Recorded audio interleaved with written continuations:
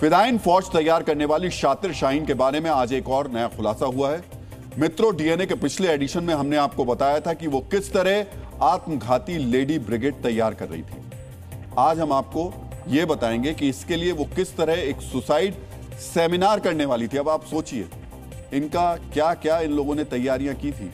Seminar आपने अलग अलग विषयों पर होते हुए देश में देखे होंगे, सुने होंगे, लेकिन सुसाइड सेमिनार ये आतंकी उसका आयोजन कर रहे थे। इसकी तारीख तय हो गई थी, जगह की तलाश भी लगभग पूरी हो चुकी थी, पोस्टर भी छप गए थे, लेकिन ऐन वक्त पर सेमिनार को स्थगित कर दिया गया। आज हम आतंकवादियों के उस सुसाइड सेमिनार के एजेंडे को डिकोड करेंगे, लेकिन उससे पहले आपको बताना चाहेंगे कि उस कार्यक्रम का छद्म नाम डॉक्टर सेमिनार रखा गया था। इसका आयोजक डॉक्टर परवेज था, शातिर शाहीन का भाई।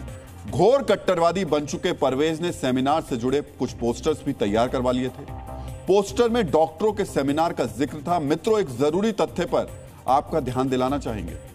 जिस इंटीग्रल यूनिवर्सिटी में तब डॉक्टर परवेज काम कर रहा था, उसकी ओर से यह सेमिनार नहीं कराया जा रहा था, यानी सेमिनार डॉक्टर परवेज निजी तौर पर करा रहा था।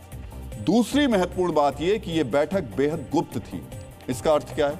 अर्थ बहुत स्पष्ट है। उस सेमिनार का सीक्रेट एजेंडा जिहाद से जुड़ा हुआ था, कट्टरवाद के इर्द गिर्द था। इसलिए हम डॉक्टर सेमिनार को सुसाइड सेमिनार कह रहे हैं। डीएनए मित्रों, इस सेमिनार की मास्टरमाइंड शाहीन सईद थी, लेकिन इसमें भी शातिर शाहीन नेपथ्य में थी, पीछे थी।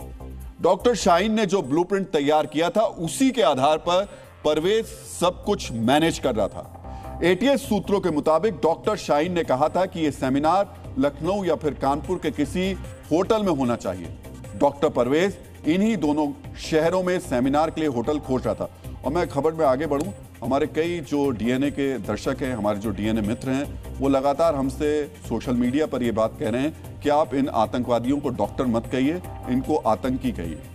लेकिन इनके नाम के आगे डॉक्टर लगाना इसलिए जरूरी है ताकि ये समझ में आ सके, आप तक ये मैसेज और संदेश जा सके कि कट्टरपंथी आतंकवादी कैसे अब इन लोगों को आतंकवाद के रास्ते पे ले जा रहे हैं। ये सतर्क रहने के लिए इस शब्द का इस्तेमाल हो रहा है। दिवाली के आसपास ये सेमिनार करने का प्लान था, जो मैं आपसे पहले बता रहा था। मित्रों, लखनऊ या कानपुर में डॉक्टर्स सेमिनार करने के पीछे की वजह थी, माना जा रहा है कि दोनों जिलों के कई डॉक्टर्स कट्टरवादी शाहीन के संपर्क में थे। सूत्र यह भी बता रहे हैं कि जम्मू कश्मीर पुलिस ने यूपी एटीएस के साथ यह महत्वपूर्ण जानकारी साझा की। जानकारी के मुताबिक डॉक्टर्स सेमिनार के नाम पर होने वाले जिहादी बैठक में कश्मीर के उस व्हाइट कॉलर टेरर मॉड्यूल से जुड़े डॉक्टर्स को भी शामिल होना था, जो दिल्ली विस्फोट के बाद चर्चा में आए हैं। इसके अलावा इस सुसाइड सेमिनार में यूपी के डॉक्टर्स को भी शामिल होने की बात कही जा रही है। एटीएस के रडार पर यूपी के कुछ डॉक्टर्स हैं, विशेषकर कानपुर में कुछ डॉक्टरों से पूछताछ भी की जा रही है। हरियाणा पुलिस के भी रडार पर ये तमाम डॉक्टर हैं जो दिल्ली धमाके के बाद से लापता हैं। पुलिस उनकी भी तलाश कर रही है। जांच एजेंसीज को यह शक है कि जो अभी फरार हैं वो भी उस सेमिनार का हिस्सा हो सकते हैं। डीएनए मित्रों, अगर ये डॉक्टर सेमिनार होता तो इसका एजेंडा क्या होता ये भी जान लीजिए।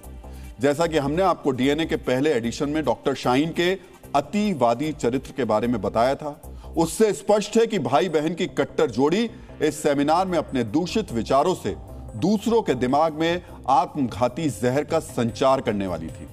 जिहाद पर चर्चा होती, कौम के नाम पर कुर्बानी को कुतर्कों से सत्यापित करते हुए शाहीन सईद फिदायीन वाली तकरीरें देती, मजहबी शब्दों की आंच पर भावनाओं को उबालती। सेमिनार में जुटे डॉक्टर्स को वैसे ही मानव बम बनने के लिए उकसाया जाता जिस तरह डॉक्टर उमर जिंदा बम बन गया।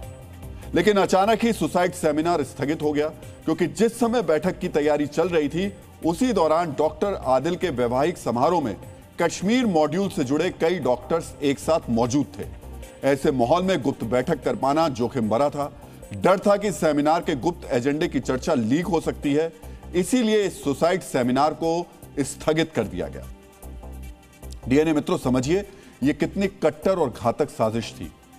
होना तो यह चाहिए था कि डॉक्टर सेमिनार्स में हेल्थ पर चर्चा होती, नई दवाइयां, केस स्टडीज, सर्जिकल टैक्टिक्स, और डॉक्टर अपने विचार रखते। शाहीन जैसे डॉक्टर अपना मेडिकल अनुभव बताते ताकि लोगों की जान बचाई जा सके।